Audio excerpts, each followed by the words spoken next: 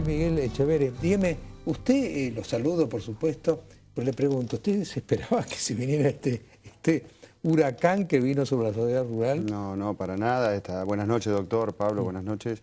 Esta aberración jurídica, que es el decreto que firmó la Presidenta de la Nación, basado en fundamentos falaces, la venta que se realizó en aquel momento por parte del Estado Nacional a la sociedad rural argentina estaba fundada en la ley del legítimo ocupante, que preveía que aquellas instituciones que estuvieran ocupando un bien del Estado y que querían seguir invirtiendo y desarrollando su actividad en ese lugar podían comprar esos bienes. Se tasó el predio de la sociedad rural en 30 millones de dólares, la tasación fue hecha por el Banco Ciudad, fue hecha por el Banco Hipotecario y por un consorcio de las más importantes inmobiliarias de aquel momento. El monto tuvo en cuenta las limitaciones al dominio. En ese predio no se puede hacer cualquier cosa, no se puede construir una torre, no se puede hacer un loteo.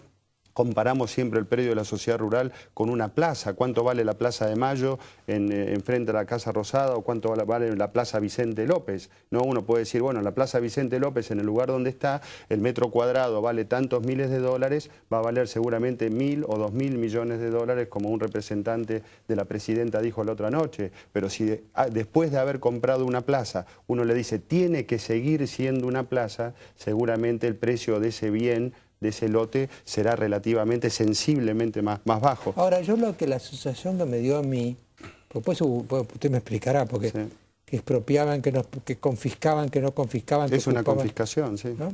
La confiscación. A mí me da la sensación de que en este gobierno hay mucho de simbólico. Es decir, la sociedad rural, ellos la han pintado siempre como la capital de la oligarquía, y entonces es un efecto simbólico. Golpeamos a la oligarquía, pero la golpeamos simbólicamente. Son los malos que tienen que ser castigados. Bueno, y que proviene de un gobierno oligarca, ¿no? Oligarquía es gobierno de pocos en beneficio de sí mismo. Bueno, no hay mejor ejemplo que el gobierno actual para definir la oligarquía. Es la oligarquía actual que hay en la Argentina. Esa tasación, como le decía, con las limitaciones al dominio que tiene el predio, aparte fue una venta en 30 millones de dólares con el cargo de preservar los edificios históricos que construyó la sociedad rural argentina, los pabellones de Quinos, el pabellón Frers, el restaurante central, la tribuna oficial con la presidencia y la sala de ventas, y aparte el cargo más importante, que es hacer, en aquel momento el Estado nos dio la tarea de hacer un centro moderno de exposiciones y congresos. Tarea, cargo que cumplimos con creces. Se invirtieron más de 100 millones de dólares en hacer los actuales pabellones que hoy albergan no solamente a la exposición ganadera, que es una de las más importantes del mundo, sino también a la Feria del Libro, a la Feria del Automóvil e innumerable cantidad de eventos que se realizan ahí en un predio seguro, moderno. Ahora, Luis, el gobierno no hubiera podido hacer nada de lo que hizo, bueno, no sé, a lo mejor lo hubiera podido hacer igual, pero tiene un argumento que es la causa del juez Torres. La causa del juez Torres, sí, hay un juicio, hay una instrucción, un juez de instrucción, el juez Torres, que ordenó una instrucción, un procesamiento que fue apelado. Ni siquiera el procesamiento que pidió el juez Torres está firme. O sea, no empezó el juicio penal, o sea, no pasó de la etapa de instrucción. El juez Torres sospecha que durante el gobierno de Carlos Menem, Domingo Felipe Cavallo hizo una cesión a un precio vil de ese predio a la sociedad rural. Digo, para conceptualizar cuál es la sospecha y sobre lo que se basa el gobierno para decir que aquí arremeten contra algo ilegítimo que se hizo la década infame del menemismo y el neoliberalismo de Cavallo a la cabeza. Está bien. Entonces, ordena el procesamiento, ese procesamiento es apelado y esa apelación todavía no está firme, ese procesamiento todavía no está firme. O sea, ni siquiera empezó el juicio penal, no hay juicio oral y mucho menos sentencia. O sea, si el fundamento del decreto es ese, es totalmente endeble, porque es un juicio que todavía no ha terminado. Seguirá su curso, veremos cómo resulta, pero hasta ahora no se puede fundar nada en eso. Una cosa notable me pareció, este tema del procesamiento, el juez Torres, es que lo procesa a Cavallo y no lo procesa a Menem, si no me equivoco, ¿no?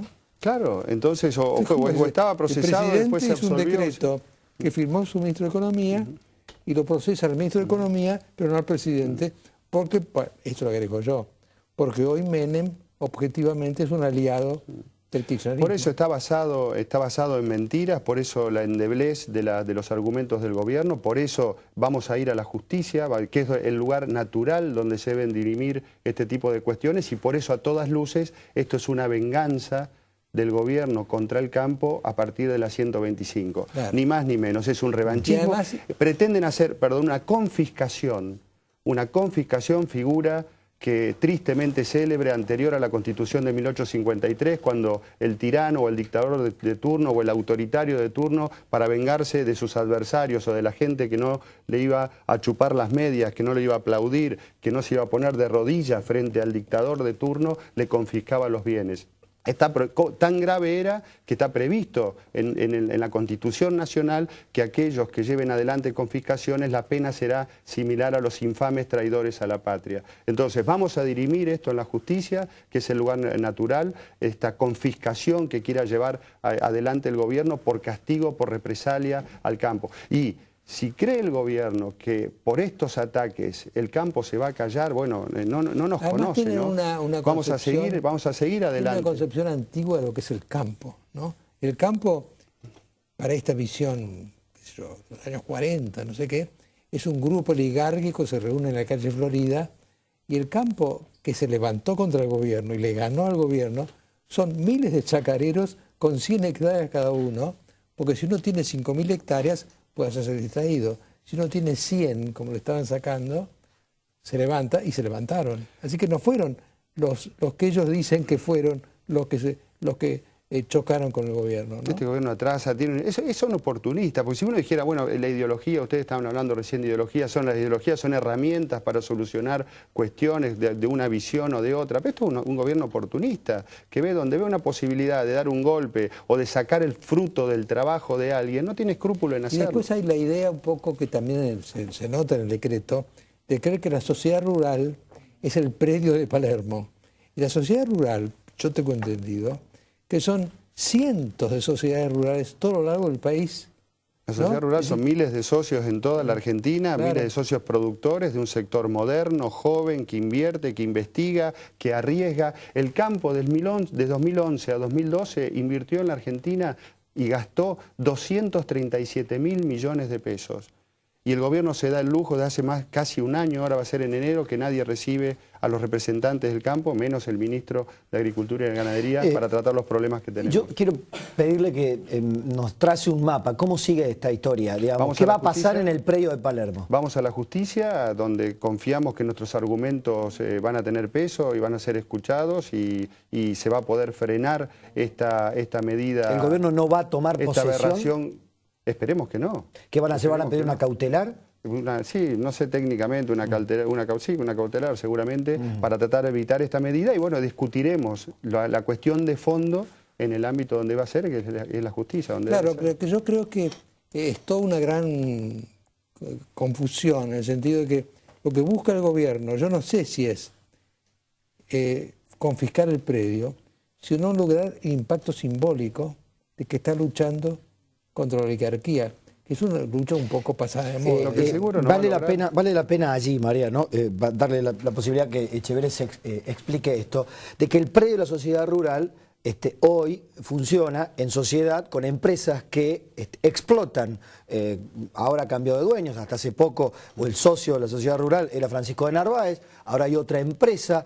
Acá van a empezar también las especulaciones que hace el periodismo, el mundo empresario, el mundo político, es ¿qué tan buena relación tienen los empresarios socios de la sociedad rural con el gobierno? ¿El gobierno dejaría que IRSA o Fénix sigan explotando? Todo eso, ¿qué va a pasar? El propietario del predio es la Sociedad Rural Argentina, sí. Y sobre el predio está concesionado una sociedad anónima que el 50% es propiedad de la Sociedad Rural Argentina y el 50% restante por mitades con la firma Fénix y con la firma IRSA, una firma de IRSA, Alto Palermo Sociedad Anónima. Sí.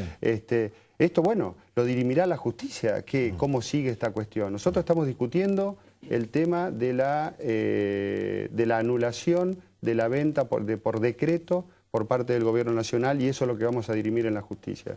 Y si el Gobierno cree que atacándonos de esta manera va a lograr que nosotros nos callemos, va a lograr que nosotros cabrestemos, como decimos, como decimos en el campo, no lo va a lograr. Nosotros vamos a seguir diciendo absolutamente lo que pensamos, porque somos gente libre, entendemos la dignidad democrática cabalmente, sabemos cuáles son nuestros derechos, no tenemos miedo. Y por más que podemos hablar desde la tribuna de Palermo, pero si no hablamos de la tribuna de Palermo, arriba de un cajón de manzanas también vamos a seguir diciendo nuestra verdad, con fundamento, con educación, pero también con firmeza.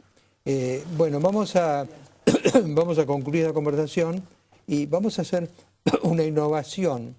Lo he llamado por teléfono a Cavallo, que está procesado por haber hecho esto de la rural, para ver qué nos dice. Muchas gracias. Buenas noches, gracias. Muchas gracias, Luis. Hacemos una mínima pausa.